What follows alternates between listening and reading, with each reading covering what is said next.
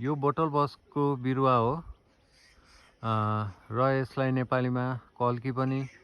भन्ने गरिन्छ र प्राय यो नेपालको कन्टेक्समा चाहिँ रोड साइड प्लान्टेसनको रूपमा चाहिँ यो बिरुवाहरू चाहिँ देख्न सकिन्छ र मौरीको लागि चाहिँ उपयुक्त नेक्चर र पोलेनको स्रोतको रूपमा चाहिँ यो बिरुवालाई चाहिँ लिन सकिन्छ र यो प्राय चाहिँ असोज कार्तिक र फागुन चैत गरी वर्षमा 2 पटक चाहिँ फुल्ने गर्दछ र यहाँ चाहिँ एपिस सेरेना मौरीले चाहिँ चरण गरिरहेको देख्न सकिन्छ।